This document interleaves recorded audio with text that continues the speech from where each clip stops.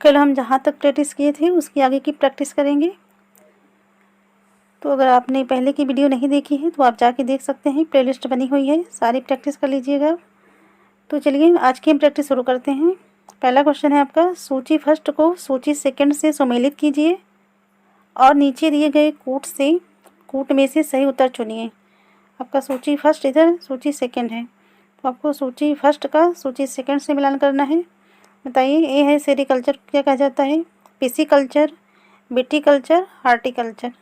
तो कूट की सहायता से उत्तर देना है इसका। तो बताइए आपका सेरिकल्चर का क्या होगा? तो आपने मिला लिया होगा। आपका सेरिकल्चर का होगा रेशम के कीटों का पालन। सेरिकल्चर का क्या होगा? रेशम के कीटों का पालन होगा। और पिसिकल्चर का होगा मत्स्य पालन। पिसिकल्चर का होगा मत्स्य पालन। और विटिकल्चर का होगा अंगूर की खेती। विटिकल्चर का क्या होगा? अंगूर की खेती। और हार्टिकल्चर का क्या होगा? सब्जी, फूलों और फलों की खेती। तो फिर से एक बार, सेरिकल्चर का क्या होगा? सेरिकल्चर का होगा रेशम के कीटों का पालन। और पिसिकल्चर का आपका होगा मत्स्य पालन। विटिकल्चर का होगा अंगूर की खेती। हार्टिकल्चर का होगा आपका सब्जी, फूलों और फलों की खेती। अगला क्वेश्चन है आपका, जैविक खेती के संदर्भ में नीचे दिए गए कथनों पर विचार कीजिए। पहला कथन है, इस प्रकार की कृषि में रासायनिक खाद की जगह जैविक खाद का प्रयोग किया जाता है। जैविक कृषि के बारे में कथन दिया गया है। तो जैविक कृषि में रासायनिक खाद की जगह जैविक खाद का प्रयोग किया जाता है।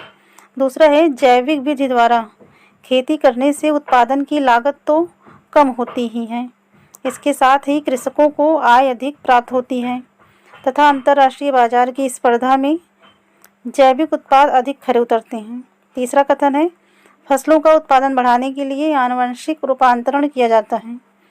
तो आपको कूट की सहायता से इसका उत्तर बताना है। तो बताइए कौन सा कथन जो है असत्य बताना है, कौन सा कथन इनमें से असत्य है। तो आपका ए है केवल 1 और 2, बी केवल 3, सी केवल 2, डी उपयुक्त सभी। तो बताइए आप कौन सा कथन इनमें से असत्य है। उत्तर होगा इसका बी, केवल तीसरा। आपका जो तीसरा कथन है ये क्या है? असत्य है। फसलों का उत्पादन बढ़ाने के लिए आनुवांशिक रूपांतरण किया जाता है, ये जो कथन है यह असत्य है। बाकी जो ऊपर दोनों कथन दिए गए हैं वह सत्य हैं। अगला प्रश्न है, क्वेश्चन है आपका, गहन निर्वाह कृषि के संदर्भ में नीचे दिए गए कथनों पर विचार कीजिए। गहन निर्वाह कृषि के संदर्भ में नीचे कथन दिया गया है। पहला कथन है, इस प्रकार की कृषि पारिवारिक आवश्यकताओं को पूरा करने के लिए की जाती है। दूसरा है, इस प्रकार की कृषि में धान जो है मुख्य फसल होती है। तीसरा है, यह कृषि दक्षिण पूर्व एशिया एवं पूर्वी एशिया के सघन जनसंख्या वाले मानसूनी प्रदेशों में प्रचलित है। तो आपको इसका उत्तर जो है कूट की सहायता से देना है। पहला है केवल 1, बी है केवल 2 और 3, सी है केवल 1 और 3, डी है उपयुक्त सभी। तो सही उत्तर इसका क्या है? इसका सही उत्तर है डी, उपयुक्त सभी। तो जो गहन कृषि के बारे में तीनों बिंदु दिए गए हैं, ये तीनों कथन सही हैं। देखिए, जो गहन निर्वाह कृषि होती है, इसमें किसान एक छोटे भूखंड पर साधारण औजारों और अधिक श्रम से खेती करता है और इसके अंतर्गत कृषक परिवार की आवश्यकताओं को पूरा करने के लिए कृषि करता है। इसके अंतर्गत जो कृषक होता है परिवार की आवश्यकताओं को पूरा करने के लिए कृषि करता है। और इसमें जो चावल होती है वह मुख्य फसल होती है और चावल के साथ अन्य फसलों में गेहूँ, मक्का, दलहन एवं तिलहन भी शामिल है। और जो गहन निर्वाह कृषि है यह दक्षिण पूर्व एशिया एवं पूर्वी एशिया के सघन जनसंख्या वाले मानसूनी प्रदेशों में प्रचलित है। अगला क्वेश्चन है, नीचे दिए गए कथनों को ध्यानपूर्वक पढ़िए। पहला है, आदिम निर्वाह कृषि। आदिम निर्वाह कृषि में स्थानांतरित कृषि और मिश्रित कृषि शामिल है। दूसरा है, भारत के उत्तर पूर्वी भागों में स्थानांतरित कृषि प्रचलित है। तो उपयुक्त कथनों में से कौन से कथन सत्य हैं? तो आपको बताना है कि ए है केवल 1, बी केवल 2, सी 1 और 2 दोनों, डी ना तो 1 और ना ही 2। तो बताइए इसमें से कौन से कथन जो हैं सत्य हैं। उत्तर होगा इसका बी, केवल दूसरा कथन आपका जो है ये जो दूसरा कथन है ये सत्य है। भारत के उत्तर पूर्वी भागों में स्थानांतरित कृषि प्रचलित है, तो यही कथन सत्य है। और जो पहला पॉइंट है इसमें आदिम निर्वाह कृषि में स्थानांतरित कृषि है, और ये जो मिश्रित कृषि है ये नहीं है, बल्कि पशुचारण या चलवासी पशुचारण शामिल है। स्थानांतरित कृषि जो होती है भारी वर्षा वाले तथा जहाँ पर वनस्पति का तीव्र पुनर्जनन होता है ऐसे क्षेत्रों में की जाती हैं। और भारत में जो इस प्रकार की कृषि है उत्तर पूर्वी भागों में प्रचलित है। कहाँ? उत्तर पूर्वी भागों में प्रचलित है। साथ ही अमेजन के सघन वन क्षेत्रों, उष्णकटिबंधीय अफ्रीका तथा दक्षिण पूर्व एशिया में भी इस प्रकार की कृषि की जाती है। स्थानांतरित कृषि के अंतर्गत आपका जो स्थानांतरित कृषि के अंतर्गत वृक्षों को काटकर और जलाकर भूखंड को साफ किया जाता है, तब राख को मृदा में मिलाया जाता है तथा मक्का, आलू और कसावा जैसी फसलों को उगाया जाता है। भूमि की उर्वरता की समाप्ति के बाद वह भूमि छोड़ दी जाती है और कृषक नए भूखंड पर चला जाता है। और जो स्थानांतरित कृषि है इसको कर्तन एवं दहन कृषि के रूप में भी जाना जाता है। तो अगला प्रश्न है, देखिए क्वेश्चन है, सूची फर्स्ट को सूची सेकंड से सम्मिलित कीजिए और नीचे दिए गए कूट में से सही उत्तर चुनिए। तो सूची फर्स्ट में है स्थानांतरणशील कृषि के नाम है और देश से स्थान में इसको अलग अलग नामों से जाना जाता, जिस देश में इसको अलग अलग नाम से जाना जाता है, इधर नाम है और इधर देश है। तो ए ऑप्शन है झूमिंग, बताइए कि कहाँ किया जाता है, और मिल्पा, रोका, डी लदांग। तो आपको कूट की सहायता से उसका उत्तर देना है। तो बताइए झूमिंग कृषि कहाँ की जाती है। तो झूमिंग जो है आपकी ये होगा उत्तर पूर्वी भारत, और आपका जो मिल्पा है ये जाएगा मैक्सिको में, और रोका क्या है आपका ब्राज़ील में, इसको रोका ब्राज़ील में जाना जाता है रोका नाम से, और लदांग का होगा मलेशिया। अगला क्वेश्चन है निम्नलिखित में से कौन सी विशेषताएं वाणिज्यिक कृषि के संदर्भ में सही हैं। वाणिज्यिक कृषि के संदर्भ में कथन दिया गया है, तो बताइए इनमें से कौन सी जो विशेषताएं हैं सही हैं। पहला कथन है वाणिज्यिक कृषि में फसल उत्पादन और पशुपालन बाजार को ध्यान में रखकर किया जाता है। दूसरा कथन है इस कृषि के अंतर्गत अधिकांश कार्य जो है मशीनों के द्वारा किया जाता है। तीसरा है वाणिज्यिक कृषि में रोपड़ कृषि, मिश्रित कृषि एवं वाणिज्यिक अनाज कृषि शामिल है।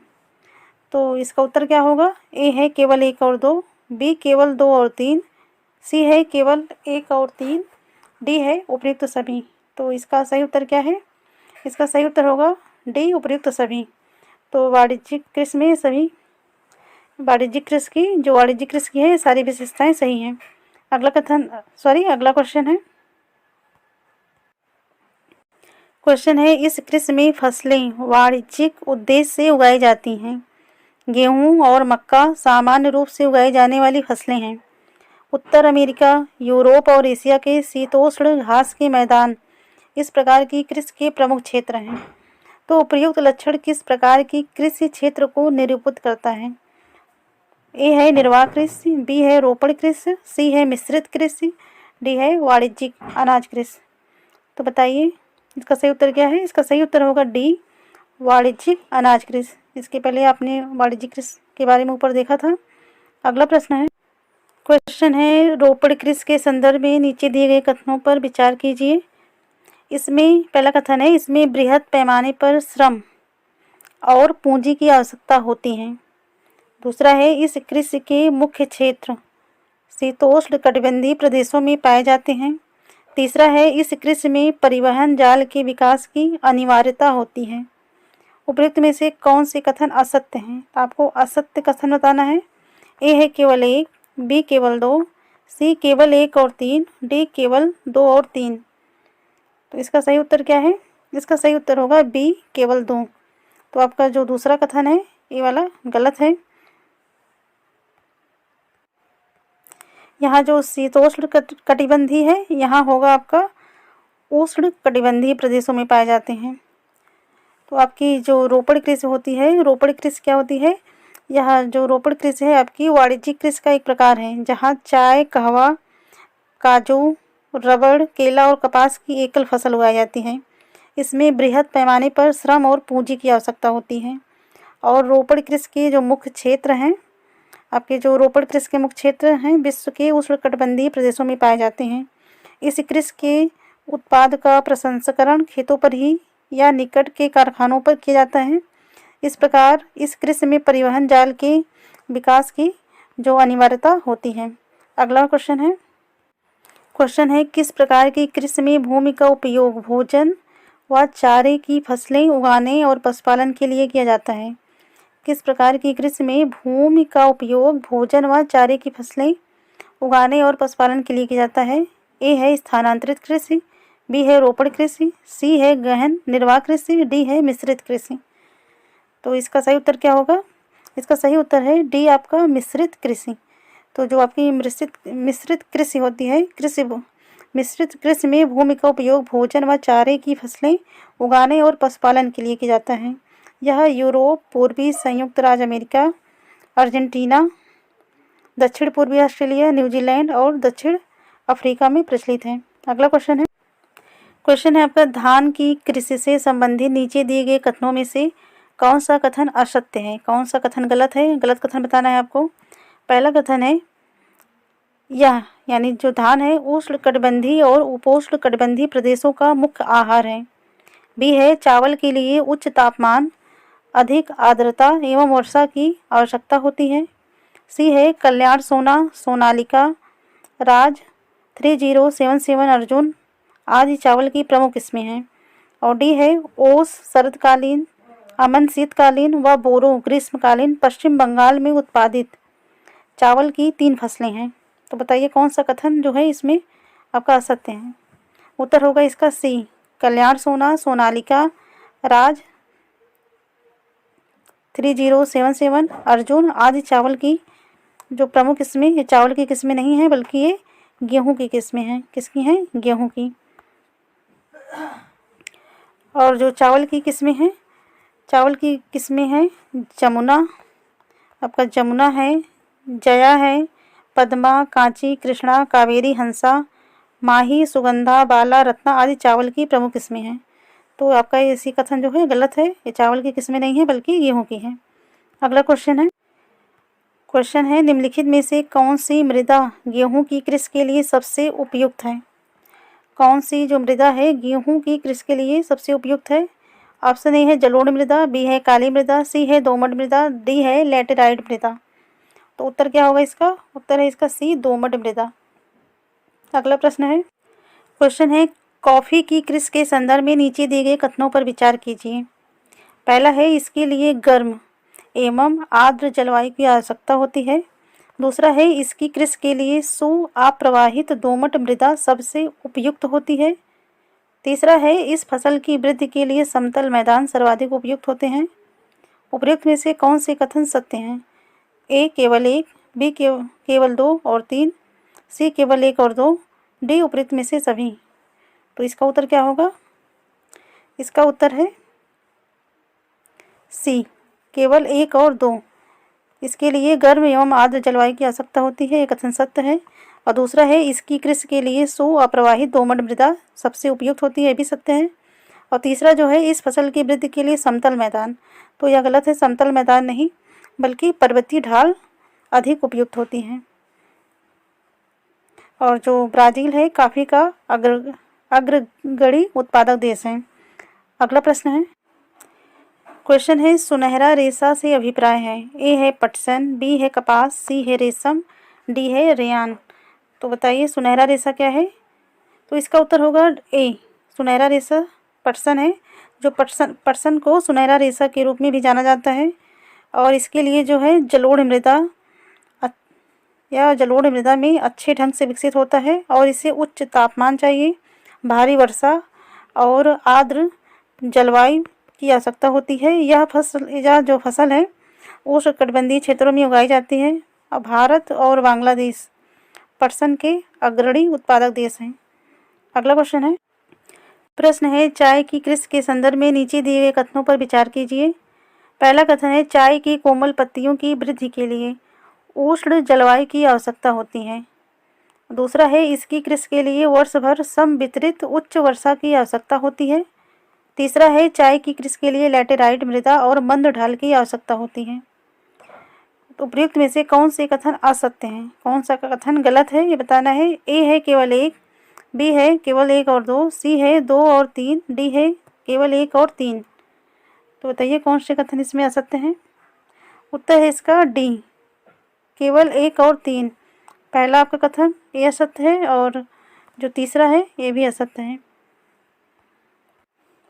देखिए, जो चाय की कोमल पत्तियों की वृद्धि के लिए उष्ण जलवायु नहीं बल्कि ठंडी जलवायु की आवश्यकता होती है और इसके लिए लैटराइट मृदा नहीं बल्कि दोमट अपवाहित दोमट मृदा और मंद ढाल की आवश्यकता होती है।